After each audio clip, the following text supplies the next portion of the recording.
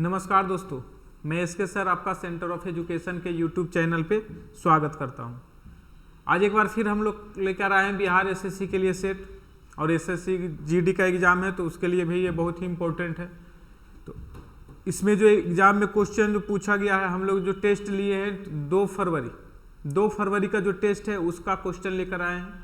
तो 2 फरवरी के टेस्ट का मैथ का क्वेश्चन देखिए, काफ़ी अच्छा क्वेश्चन पूछा है।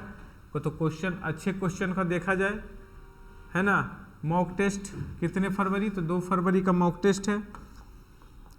अच्छी तरीके से देखिए, गौर करके सारा सॉल्यूशन देखेंगे अपने लोग, और अपने दोस्तों के बीच इस वीडियो को शेयर कर दीजिए। जो लोग वीडियो देखते हैं उसको लाइक और कमेंट जरूर करें कि आपको वीडियो कैसा लगा, आपका जो मेरे बता रहे हैं वो समझ में आ रहा है या नहीं आ रहा है। तो शुरू से बोल रहे हैं, आप इसको कमेंट सेक्शन में लिखिए, अच्छा लगेगा। चलिए स्टार्ट करते हैं, स्टार्ट किया जाए। क्वेश्चन है, क्वेश्चन क्या है, एक व्यक्ति एक नौकर को इस शर्त पर नौकरी देता है। ये क्वेश्चन जो है कहता है, एक व्यक्ति इस शर्त पर नौकरी देता है कि अगर तुम 12 महीने काम करोगे, अगर ये 12 मंथ काम करेगा, अगर 12 महीने काम करोगे तो तुमको मिलेगा भाई 90 रुपीज और प्लस एक पगड़ी। 90 रुपीज प्लस एक पगड़ी मिलेगा। लेकिन काम क्या करता है, वो 9 महीने काम करता है, उसके बाद वो चला जाता है। तो अब 9 महीने काम करता है, तो 9 महीने के बाद वो पैसा मांगता है, सैलरी। तो उसी के हिसाब से उसको जो दिया जाता है 65 रुपया प्लस पगड़ी, एक पगड़ी दिया जाता है। बताइए वो इसको घटाएंगे तो कितना मंथ काम नहीं किया, इतना मंथ काम नहीं किया। घटाएंगे तो मालूम चला ये कट गया और ये आ जाएगा आपका 25। यानी कि अब 3 महीना में वो 25 रुपया कम कमाया। अगर 3 महीना और काम करता तो 25 रुपया और एक्स्ट्रा उसको मिलता, लेकिन वो 3 महीना और काम करता तो 25 एक्स्ट्रा मिलता। मतलब कि 3 महीना वो 25 रुपया कम कमाया, यानी मालिक ने उसको 25 रुपया कम दिया। तो 1 महीना में कितना वो कमा लेता है, तो 1 मंथ में वो कमा लेता था 25/3 रुपया, ये कमा लेता था। तो अगर हम 12 महीने की कमाई की बात करें तो 12 मंथ में कितना कमा लेता था, तो 12 मंथ में 25/3 और गुना 12 इतना कमाएगा। 3 देखिए कट गया, यानी 100 रुपया। अगर उसको रुपया की बात करें तो टोटल वो 1 महीना में, 1 साल में, यानी 12 मंथ में वो 100 रुपया कमाता। टोटल 1 साल में वो 100 रुपीज का बिजनेस करता, कमाता वो मजदूर जो था। लेकिन उसको क्या मिलता, अगर 1 साल काम करता तो उसको 100 रुपया नहीं देके 90 रुपया देता और एक पगड़ी देता। तो बताइए 90 रुपया देता और एक पगड़ी देता, इसका मतलब पगड़ी का जो रेट है वो कितना है, 10 रुपया निकाल दिए। इसका मतलब वो पगड़ी का जो रेट है वो 10 रुपया है। क्लियर, आपको समझ में आया होगा कि पगड़ी का रेट जो होगा वो 10 रुपया आ गया। कैसे आ गया, तो आपका 12 मंथ का 9 मंथ का घटा दिए, और घटाने के बाद 3 मंथ में 25 रुपया का अंतर पड़ता है। इसका मतलब 3 महीना में वो 25 रुपया कमाता, तो 1 महीना में 25/3 रुपया कमाता। इसलिए 12 महीना में कितना कमाएगा, तो 12 महीना में 100 रुपया वो कमाता। रुपया में कमाता 100 रुपया, लेकिन वो कितना लेता, 90 रुपया प्लस पगड़ी ले रहा था। इसका मतलब 10 रुपया एक्स्ट्रा वो जो हो रहा है वो पगड़ी का दाम है। 1 सेकेंड, एक और क्वेश्चन है इसी में एक और क्वेश्चन है, ध्यान दीजिए। इसी में एक क्वेश्चन है कि √33 का वैल्यू दिया हुआ है और आपसे फाइंड आउट करने के लिए बोला है 3/11। अभी 11 का आपको तो वैल्यू नहीं मालूम है, तो क्या करिएगा, इसको 33 बनाने के लिए इधर 3 आई, ऊपर नीचे 3 से मल्टीप्लाई कर लेंगे। तो ऊपर का अंडर रूट हो जाएगा 3 और नीचे का अंडर रूट हो जाएगा √33। और इसका जो वैल्यू है वो आपको दे दिया है, तो 3y इसका वैल्यू है 5.745। और यानी कि अगर इसको हम बोलें तो 300/30 डिवाइडेड बाई 5745। इसका मतलब ये हुआ कि 3000 से नीचे बड़ा है, इसका मतलब इसका वैल्यू 1 से कम आएगा, और 1 से कम आएगा लगभग 0.5 समथिंग आएगा। 1 से कम ऑप्शन नंबर में देख लीजिए, जिसमें 1 से कम होगा उसको आंसर आप कर दीजिए। ठीक है, 1 से कम आंसर, 1 से कम वैल्यू आएगा। चलिए स्टार्ट करते हैं नेक्स्ट क्वेश्चन को ध्यान तरीके से समझिए, क्लियर हो जाएगा। कहता है एक फैक्ट्री में मजदूरों की संख्या, आप देखिए संख्या, पहले संख्या कितना था, पहले था 15, अब कितना हो गया, अब 11। पहले 15 आदमी था, अभी 11 आदमी हो गया। उसके बाद क्या होता है, मजदूरी में भी कमी, मजदूरी बढ़ा दिया गया, कम कर दिया तो मजदूरी, पहले मजदूरी मिलता था प्रत्येक आदमी को 22 रुपया, अब कितना मजदूरी मिलता है प्रत्येक आदमी को 25 रुपया। तो एक आदमी को 22 रुपया मिलता था, 15 आदमी को कितना मिलेगा, 15 गुना 22। पहले एक आदमी को मिलता था 22 रुपया, अब मिलता है एक आदमी को 25 रुपया, तो अब टोटल कितना मिलेगा, तो 11 गुना 25 मिलेगा। और बोल रहा है कि जो अब मिलता है मजदूर, पहले मिलता था और अब मिलता था, दोनों के बीच का रेशियो बता दीजिए। यहाँ से कटा लीजिए, 11 दूना 22 हो जाएगा, 5 तिया 15 हो जाएगा, 5 पचे 25 हो जाएगा, 3 दूना 6 अनुपात 5, आपका यही आंसर होगा। 3:5, पहले 6 के रूप में मजदूरी, पहले 6 रुपया मजदूरी मिलता था, अब क्या मिलने लगा, अब आपको कम गया मजदूरी 5 रुपया। ठीक है, सिंपल सा क्वेश्चन। 6:5 option number 1। एक बढ़िया सा और क्वेश्चन है, इसको देखिए। कहता है ए और बी किसी काम को अलग अलग करता है तो इतना इतना मिनट में कर सकता है। ए एक काम को करता है तो कितना मिनट में करता है, 30 मिनट में। बी इसी काम को करता है तो कितना मिनट में करता है, 45 मिनट में। सी इसी काम को करता है तो कितना मिनट में करता है, तो 36 मिनट में। अच्छा, ये निगेटिव वाला है, ये खाली कर सकता है। 30, 45, 36 का एलसीएम कितना हो जाएगा, तो ये जो हो जाएगा एलसीएम 180। 30 से कट जाएगा कितना बार में, 6 बार में। 45 से कट जाएगा 4 बार में, और 36 से कट जाएगा 5 बार में। यानी ये माइनस वाला है, सी जो है वो खाली करने वाला है, ये माइनस वाला है। सी जो है माइनस वाला है, खाली करने वाला है। अब कर रहा है ए और बी को खोला गया। जब ए और बी को खोला जाएगा तो ए और बी दोनों काम करेगा। कितना काम होगा, 6 + 4 काम होगा। कितने मिनट तक खोला गया है, तो 12 मिनट तक इतना काम हो जाएगा, प्लस, है ना। अब क्या होता है, अब खोलने के बाद अब क्या होता है, सी को भी खोल दिया गया, सी को भी खोल दिया गया। और सी को खोल दिया जाएगा तो कैसे काम होता है, तो सी को खोल दिया जाएगा तो पहले 6 काम होगा, फिर 4 काम होगा, और सी करेगा 5 काम माइनस में, है ना। सी करेगा 5 काम माइनस में। तो कहता है सी को खोल दिया गया है तो कुल कितने समय में टंकी भर जाएगी। तो कितने समय में टंकी, मान लेते हैं एक समय तक चला होगा, टंकी भर जाएगी, मतलब 180 लीटर को ये भर देगा, 180। अब यहाँ से इसको सोल्व किया, 6 4 10 120 आ जाएगा। यहाँ से 6 4 10 में से 5 गया, यहाँ 5x, और यहाँ से 180 में से 120 घटा लीजिए। इस तरीके से यहाँ 60 मिलेगा, और यहाँ से 12 कट जाएगा। x = 12 मिनट तक और चला है टंकी, 12 मिनट तक और चला है टंकी। तो पूछेगा, बैठिए जहाँ बैठना, नीचे। 12 मिनट तक टंकी और चलेगा। जब 12 मिनट तक टंकी और चलेगा तो क्वेश्चन पर डिपेंड करता है, अब आंसर क्या लिखिएगा। तो कहता है कुल कितना समय में टंकी भर जाएगा, कुल कितना समय में।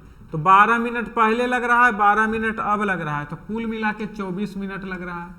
लेकिन अगर पूछता और कितने समय में टंकी भर जाएगा, पूछता कि अब और कितने समय लगेगा टंकी को भरने में, तो अब जो समय लगेगा वो लगेगा 12 मिनट का। लेकिन कुल कितना समय लगेगा, तो कुल लगेगा 24 मिनट का समय।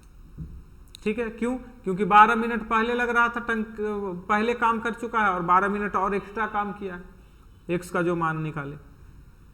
तो इस तरीके से क्वेश्चन का आंसर आ गया 24 मिनट। यहाँ भी एक क्वेश्चन कर रहा है 110 मीटर लंबी रेलगाड़ी जो इतना किलोमीटर प्रति घंटा से चल रही है, तो इतना मीटर पुल को पार करने में कितना समय लगेगा। कितना समय लगेगा मतलब टाइम आपसे पूछ रहा है, और टाइम बराबर होता है रिलेटिव डिस्टेंस बटा रिलेटिव वेलोसिटी।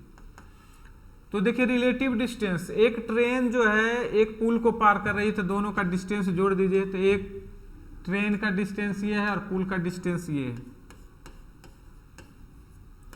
रिलेटिव वेलोसिटी, देखिए ट्रेन तो एक ही है तो एक ही डिस्टेंस होगा, और 132 हो जाएगा।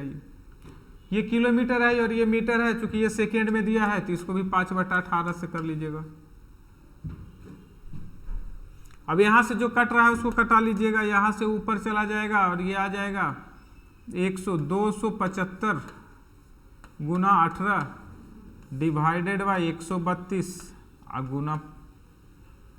गुना 5 से अगर ये कट रहा है तो कट जाएगा 5 से 25 बार में और 5 से 25 बार में।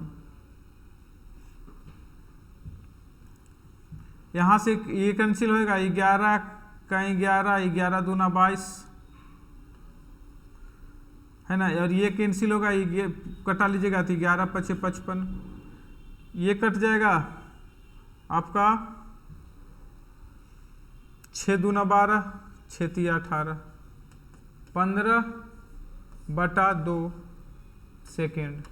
15/2 सेकेंड आया। 15/2 सेकेंड का मतलब होता है 7.5 सेकेंड, 15.5 सेकेंड।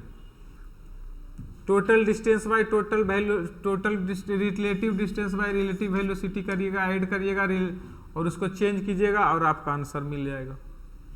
नेक्स्ट क्वेश्चन देखिए, कहता है कोई नाव, नेक्स्ट क्वेश्चन है, कह रहा है कोई नाव 45 मिनट धारा के विपरीत चलता है।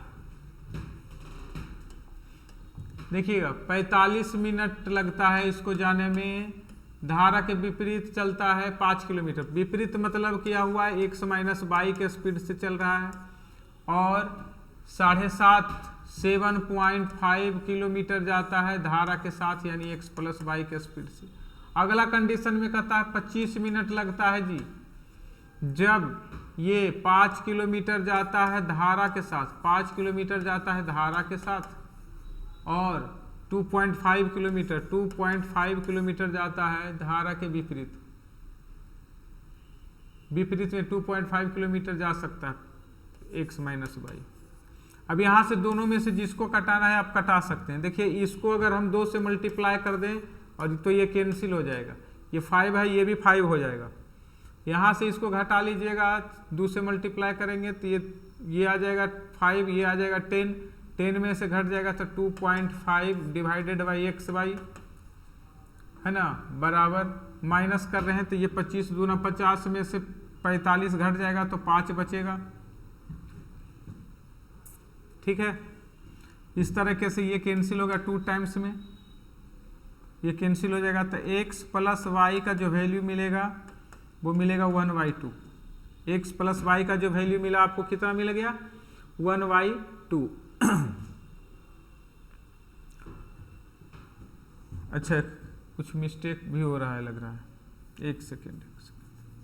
ये मिनट में है और ये जो दिया हुआ है किलोमीटर में, तो मिनट को आवर में बदल लेंगे, इसको बदल लेंगे तो ये आ जाएगा 5 और आवर में बदल दीजिएगा तो इतना आ जाएगा। अब ये कैंसिल कराइए, ये मिनट में था आवर में बदल दिए, अब ये कैंसिल कराइए, कितना बार में, 2 बार में, और ये 30।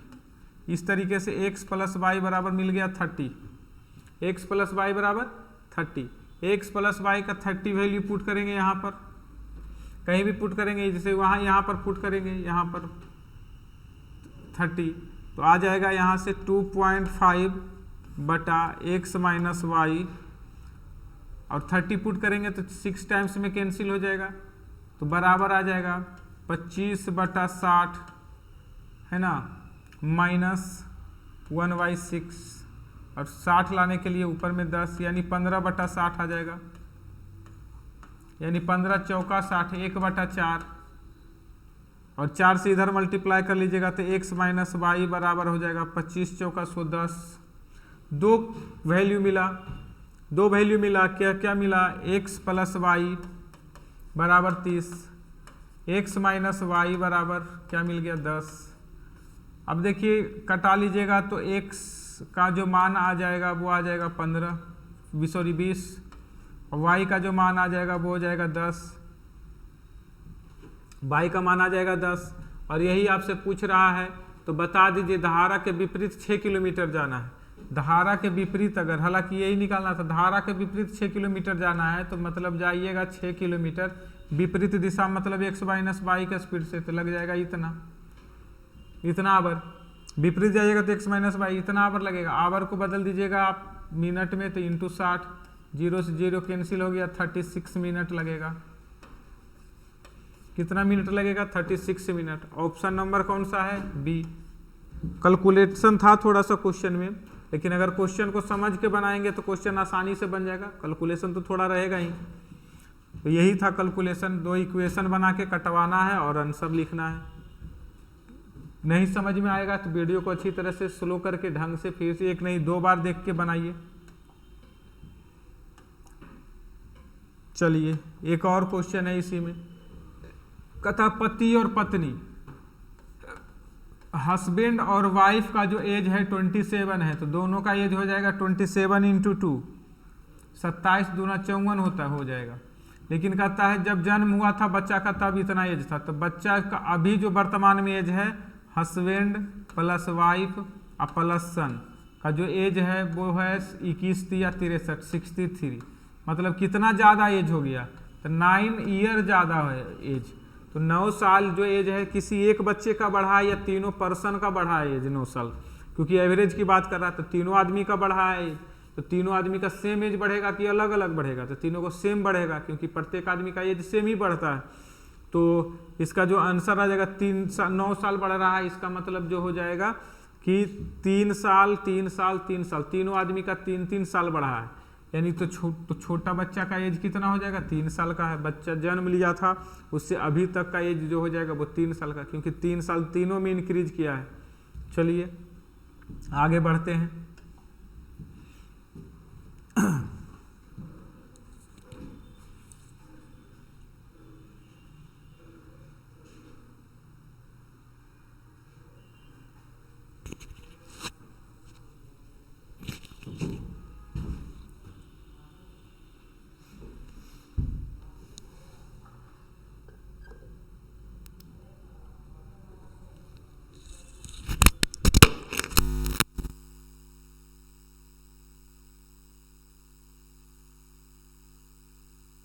हेलो हेलो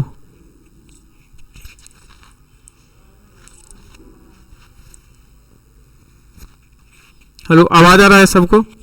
ठीक है, ठीक है। देखिएगा अगला नेक्स्ट क्वेश्चन देखिए लिखा हुआ 1/2 सेक 30 सेक 30 का जो मान होता है कॉस का अब रिवर्स होता है। तो सेक 30 का मान होता है √3/2, तो 2/√3 लिख लीजिए। बीच में प्लस है तो प्लस √2। साइन 60 का tan 60 का जो मान होगा वो √3 होता है। अब यहां से जो कट रहा है कैंसिल हो गया, 1/√3 अब प्लस √6। यहां से ज्यादा होगा तो एलसीएम निकालिए, नीचे में आ जाएगा √3, ऊपर में आ जाएगा 1 प्लस ये 6×18 √18। ऑप्शन नंबर कौन सा है भाई? 18 का मतलब होता है 3√2। 3√2 यही है ऑप्शन नंबर 1 नंबर। इसका जो वैल्यू आ जाएगा 1 प्लस 3√2 अब बट्टा √3, यही आंसर हो जाएगा। इसको सोल्व करिएगा तो यही आंसर हो जाएगा आपका। ठीक है, नेक्स्ट क्वेश्चन ये देखिए सिंप्लीफिकेशन का क्वेश्चन है, इसको आप सिंप्लीफाई करके बनाइए। ये क्वेश्चन भी सिंप्लीफिकेशन है, इसको मल्टीप्लाई करना है। जब इसको मल्टीप्लाई करिएगा तो आ जाएगा x², इसको इससे मल्टीप्लाई करिएगा तो -xp, इसको इससे मल्टीप्लाई करिएगा तो -2x, इससे इसको मल्टीप्लाई करिएगा तो +2p बराबर x² -ax + 6। x² से x² देखिए कैंसिल हो गया। यहाँ x है तो यहाँ पर x कॉमन कर लीजिए, तो x जैसे ही कॉमन करिएगा तो आ जाएगा माइनस, है ना, x कॉमन कर लीजिए तो आ जाएगा p + 2 अब +2p equal to a -ax + 6। देखिए 2p का वैल्यू क्या है? 6। तो p का वैल्यू क्या मिल गया? 3। p का वैल्यू 3 मिल गया, p बराबर 3, p का वैल्यू 3। अच्छा a कहाँ चला गया? अब यहाँ पर इसका वैल्यू x से x कैंसिल हो गया तो p plus two equal to a, p plus two बराबर a। अब p का मान देखिए 3 प्लस 2 5, यानी a का जो वैल्यू मिल गया वो कितना मिल गया 5। p का मान हम यहाँ पर 3 पुट कर देंगे तो 5 आ जाएगा, a का मान 5। तो पूछ रहा है 5 माइनस 3 कितना होगा, तो 5 माइनस 3 कितना होता है 2। ऑप्शन नंबर कौन है सी। बस कुछ नहीं करना था, कैलकुलेट कर देना था, मल्टीप्लाई करना था और आपका आंसर मिलता। चलिए नेक्स्ट क्वेश्चन पे आते हैं। कहता है एक विक्रेता जो है ना मूल्य पर 10% कमीशन देता है, 10% कमीशन देता है। मान लेते हैं कॉस्ट, मान लेते हैं कमीशन किस पर दे रहा है, मार्क प्राइस पर। तो मार्क प्राइस मान लीजिए 100 रुपया है और उस सामान को कितना में दे रहा है, वो सामान को बेच रहा है, आपको 10% कमीशन लेता है। मतलब हम तो 10% कमीशन लेगा तो सामान बिकेगा 90 में, सामान बिकेगा 90 में, है ना। किसी वस्तु को जिसे हम ले लिए मार्क प्राइस 100 रुपया में, लेकिन हमको क्या करना है, इसको पर 90 रुपया ही बेच के देना है, 10% हम अपने पास रखेंगे कमीशन के तौर पर। तो अब क्या होता है, तो फिर भी 20% का फायदा होता है। देखिए कहता है 20% का फायदा होता है, मतलब खरीद मूल्य कितना होगा, तो 20% का फायदा होगा तो खरीद मूल्य होगा 90 गुना 100 बटा 120।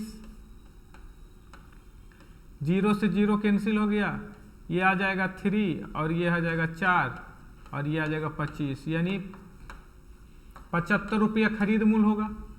बात समझिएगा, 75 रुपया खरीद मूल्य होगा वस्तु का। हमको बोला गया कि 100 रुपया में तुम वस्तु को बेच दो और तब तुमको 10 रुपया कमीशन देंगे, बाकी जो बचेगा हमको दे देना, यानी 15 रुपया वो लेगा और 10 रुपया मेरा कमीशन बचा। अब बोलेंगे कि नहीं अब जो है ना हम 10% नहीं लेंगे, 15% कमीशन लेंगे। मतलब अब हम जो है आपको मात्र 85 रुपया देंगे, 15 रुपया में खुद रखेंगे। तो खरीद कितना पड़ता है वस्तु का, खरीद के लाता है वो वस्तु 75 में। 75 रुपया के वस्तु को 85 रुपया में उसको मिलेगा। 75 रुपया के वस्तु पर पहले 90 रुपया मिलता था, अब 85 रुपया मिलेगा। तो अब कितना का प्रॉफिट होगा, तो 10% का 10 रुपया का प्रॉफिट होगा। और परसेंटेज प्रॉफिट की बात करेगा तो गुना 100 बटा 75, 75 पर प्रॉफिट निकालते हैं। यहाँ से मल्टीप्लाई कर लीजिएगा तो आ जाएगा 25 चौका 100, 25 दिया 75, यानी 40 बटा 3% का प्रॉफिट होगा। पहले प्रॉफिट होता था कितना 20% का, अब 40 बटा 3%, यानी ऑप्शन नंबर बी आंसर होगा। एकदम क्वेश्चन को समझ के बनाइएगा। मार्केट प्राइस था किसी वस्तु का 100 रुपया, उसको हमको दे दिया कि 100 रुपये में जाके तुम सामान को बेच दो। तुम 100 रुपये में बेचोगे तो तुमको 10 रुपया मिलेगा, यानी कि हमको मिलेगा कमीशन के रूप में 10 रुपया। तो हम 10 रुपया रख के दुकानदार को कितना में लौटा देंगे, बेच के लाएंगे तो सामान 90 रुपया दे देंगे कि लो भाई 90 रुपया। दुकानदार देख लिया कि अच्छा 90 रुपया दे दिया है, इसका मतलब हमको 20% फायदा हुआ, यानी वो 75 रुपया में सामान खरीद के लाया था। अब क्या करेंगे कि हम कमीशन ज़्यादा मांग लिए, कमीशन बोलेगा नहीं कमीशन हमको ज़्यादा चाहिए। कितना चाहिए कमीशन, तो कमीशन हमको चाहिए भाई अब हमको 15 रुपया, यानी 75 रुपया 85 रुपया हम उसको देंगे। अब 90 रुपया नहीं देंगे, 85 रुपया ही रखो तुम। तो अब देखेगा कि हमको 10 रुपया बच रहा है, 100 रुपया 10 रुपया बच रहा है, किस पर बच रहा है, तो 75 रुपया। तो परसेंटेज निकालेंगे, परसेंटेज हो गया आंसर।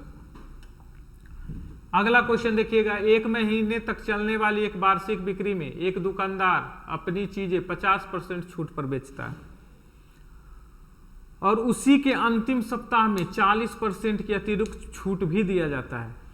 ठीक है, तो कहता है अंतिम सप्ताह में वह कितना रुपया हो जाएगा इसका दाम। तो शुरू में कितना दाम था x, उसके बाद कितना में बेचता है, तो 50% छूट पर। तो 50% छूट के पर बेचेगा तो 50% में बेचेगा सामान को, है ना। अब कहता है 40% का अतिरिक्त छूट मिलता है। 40% का अतिरिक्त छूट का मतलब हुआ कि अब उस वस्तु को 60% में बेच रहा है। देखिए 0 0 कैंसिल हो गया, 0 0 कैंसिल हो गया। इस तरह से आ गया x गुना 6 5 30, आई परसेंट लगा हुआ है तो परसेंट 1% बच ही गया। तो x का 30% बचेगा, मात्र 30% इसका वैल्यू बचेगा, है ना। 30% वैल्यू बचेगा, ये सीधा था, ये बहुत ही ज़्यादा सिंपल क्वेश्चन था। नेक्स्ट क्वेश्चन आते हैं। कहता है 100 रुपया के वार्षिक दर पर 1400 रुपया की धनराशि 4 वर्ष का साधारण ब्याज और 2 वर्ष का साधारण ब्याज इतना रुपया हो जाता है। ध्यान दीजिएगा 4 साल का और सेम पैसा है, सेम रेट है, तो 2 साल और ऐड कर दीजिएगा तो टोटल 6 ईयर हो जाएगा। तो 6 साल के लिए निकालिएगा तो रेट बराबर हम लोग पढ़ते हैं SI गुना 100 अब P इंटू T। अब SI का मतलब क्या है, तो SI का मतलब हो गया 672 गुना 100। प्रिंसिपल कितना है, तो प्रिंसिपल 1400 रुपया है। साल कितना है, तो टाइम है 4 साल, अब 2 साल 6 साल, 0 से 0 कटा लीजिए, जो कट रहा है 6 से कटा लीजिए। इस तरीके से सारा कट के कितना आ जाएगा 8, तो 8% कितना आ जाएगा 8%। ऑप्शन नंबर कितना है बी, यानी 8%। एक्स का मान क्या होगा 8%। आगे बढ़ते हैं।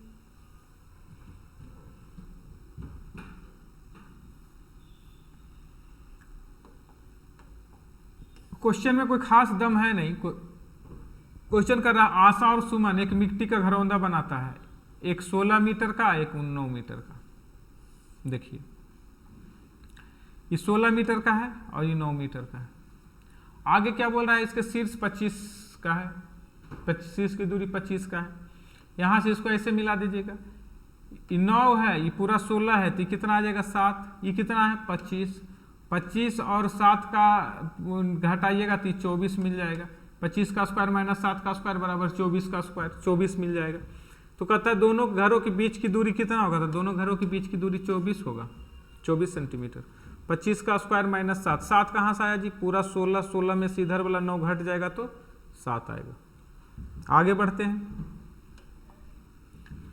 कहता है ABC मिलकर एक कारोबार शुरू करता है। A के द्वारा किया गया निवेश का 3 गुना, B के निवेश के 4 गुना। कहता है A जितना निवेश करता है ना उसका 3 गुना और B जितना निवेश करता है उसका 4 गुना के बराबर है।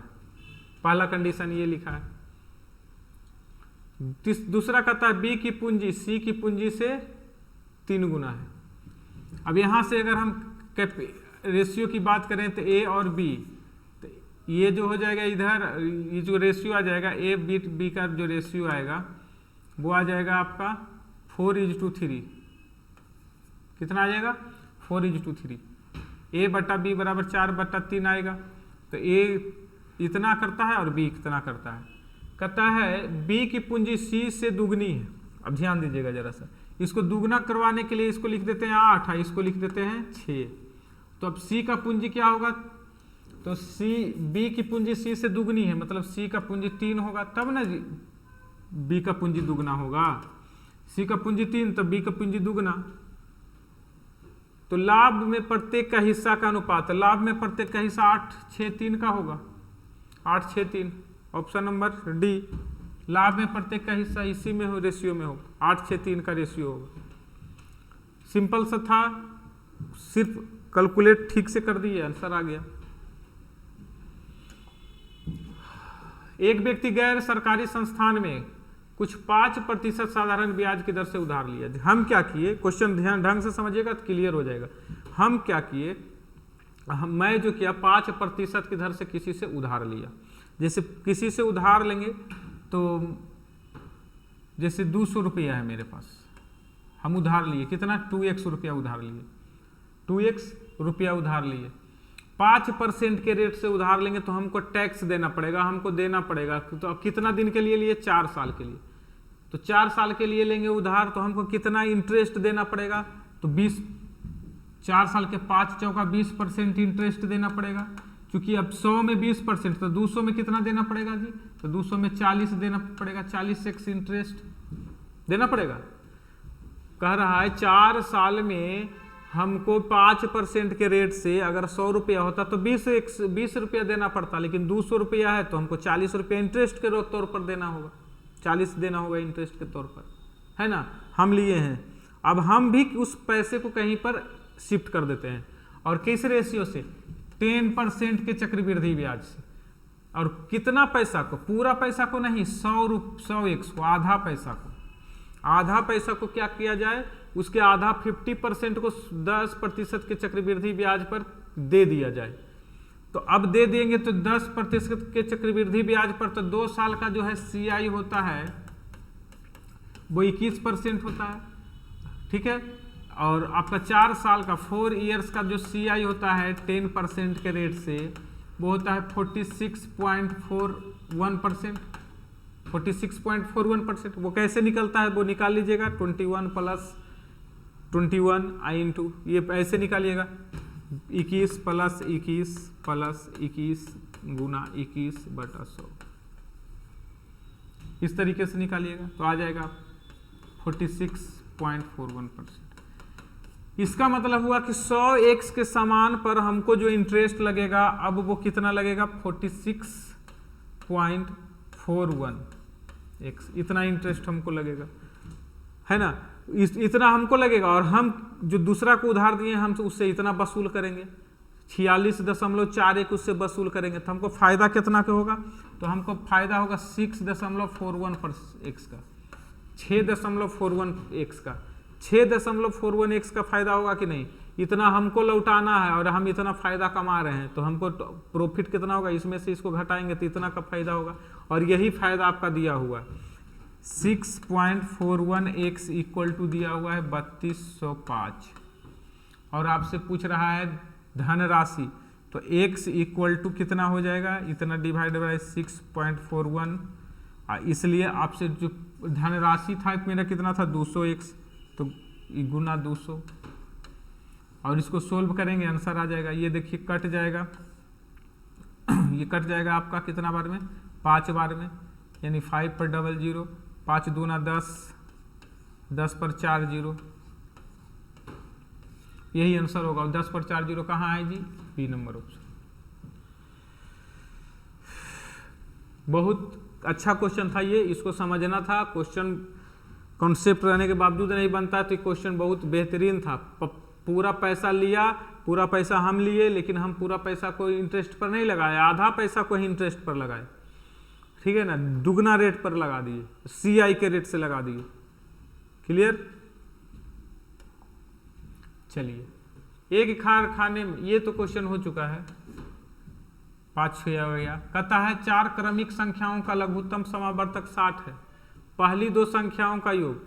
क्रमागत मतलब होता है अगर एक संख्या x है तो दूसरा संख्या x + 1 होगा, तीसरा संख्या x + 2 होगा और एक अगला x + 3 होगा। अब अकॉर्डिंग टू क्वेश्चन आइएगा तो कहता है पहली संख्याओं का योग, पहली दो संख्या x है और x + 1 है, पहली 2 संख्याओं का योग चौथी संख्या के बराबर है, चौथा संख्या के बराबर है, यानी x + 3 के बराबर है। इसको सोल्व करेंगे तो x का वैल्यू 2 मिल जाएगा, यानी वो नंबर कौन कौन सा होगा, एक 2 होगा, एक 3 होगा, एक 4 होगा, एक 5 होगा। कुल का टोटल का जोड़ पूछ रहा है, चारों संख्याओं का जोड़ कितना होगा, 5 4 9 3 12 2 14, 14 आंसर होगा। कितना आंसर होगा, 14। ठीक है। कर रहा है एक शहर की जनसंख्या 1 साल में 4% बढ़ता है, ये बताने वाला क्वेश्चन नहीं है, 1 0 और है। 4% बढ़ता है मतलब 104/100 हो जाता है, और गुना करना होता है तो गुना कर लीजिए और आंसर आ जाएगा आपका। कर रहा है एक धनराशि साधारण ब्याज की दर से इतना वर्ष में मूलधन के बराबर हो जाएगा, यानी इंटरेस्ट जो होगा मूलधन के बराबर हो जाएगा। और इंटरेस्ट मूलधन के बराबर हो जाने का मतलब होता है कि SI बराबर होता है PRT/100। अब बताइए SI P बराबर होगा तो कट जाएगा, यानी हमसे T पूछ रहा है, T बराबर हो जाएगा 100/R, और 100/R का मतलब हो जाएगा 100, और बटा R का मतलब यहाँ देखिए R का मतलब हो जाएगा 50/4,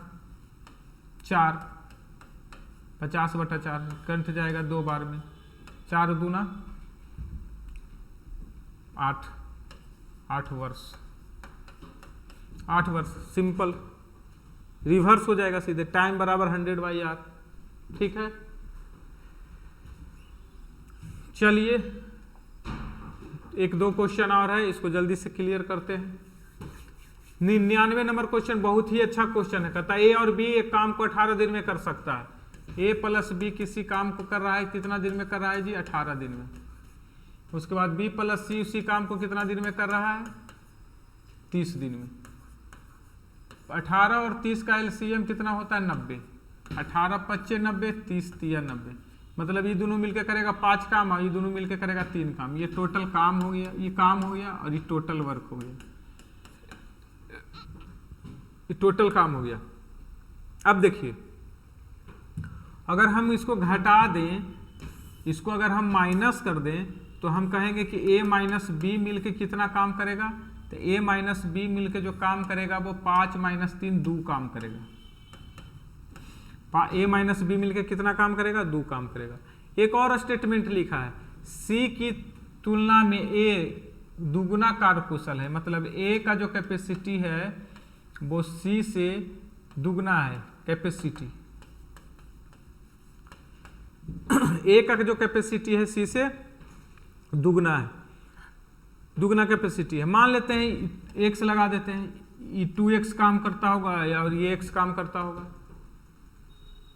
ठीक है। अब बताइए ये मान लेते हैं यहां से ये 2x काम करता होगा, तो a कितना काम करेगा, 2x, b कितना करेगा, x, दोनों का अंतर कितना है, 2 काम। तो x बराबर कितना काम आ गया, 2 काम। x बराबर 2 काम, x बराबर 2 काम आ गया। इसका मतलब ये हुआ x का मान 2 का, x का जो वैल्यू आया 2 काम, इसका मतलब a कितना काम करेगा, 4 काम करेगा। इसको मल्टीप्लाई करेगा, e कितना काम करेगा, 4 काम, और c कितना करेगा, इसका मतलब 2 काम करेगा। a कितना काम करेगा, 4 काम, c कितना काम करेगा, 2 काम। तो बताइए b का नहीं निकल जाएगा, b का निकल जाएगा। तो अगर a करेगा 4 काम, b करेगा, a और b मिलके 5 काम करता है, उसमें से a कर रहा है 4 काम, तो b कितना करेगा, a प्लस b बराबर दिया हुआ है 5 काम, उसमें से 4 यही कर रहा है, तो b कितना काम करेगा, तो b करेगा 1 काम। b कितना काम करेगा, 1 काम। तो पूछ रहा है कि b अकेला उस काम को कितना दिन में करेगा, b अकेला उस काम को, मतलब b अगर 1 काम करता है, करना कितना काम है, टोटल का टोटल 90 काम करना है। तो 1 काम को 1 दिन में करता है, 90 काम को 90 दिन में करेगा। 1 काम को 1 दिन में करेगा, जैसे इसके बारे में पूछता है, एक काम को कितना दिन में करेगा, तो 90/4 दिन में करेगा, यानी 22.5 दिन में करेगा। सी कितना दिन में करेगा, तो सी 2 काम करता है, 1 दिन में 2 काम करता है, तो पूरा 90 काम करना है, उसको 45 दिन लगेगा, ठीक है। तो बी को कितना दिन लगेगा, 90 दिन। एक ठोस घन के संपूर्ण पृष्ठ क्षेत्रफल, ठोस घन का संपूर्ण पृष्ठ क्षेत्रफल होता है 6a² बराबर 2400। 6 चौका a बराबर घन का आयतन v वॉल्यूम a क्यूब 20 का क्यूब 8 पर 000, ऑप्शन नंबर डी, खत्म। 8 पर 000, ऑप्शन नंबर डी। तो आज का जो क्वेश्चन था, कुछ क्वेश्चन शानदार था, क्वेश्चन बहुत बेहतरीन था। क्वेश्चन को देखिए, शेयर कीजिए और लाइक कीजिए, कमेंट सेक्शन में कमेंट कीजिए, ठीक है। धन्यवाद।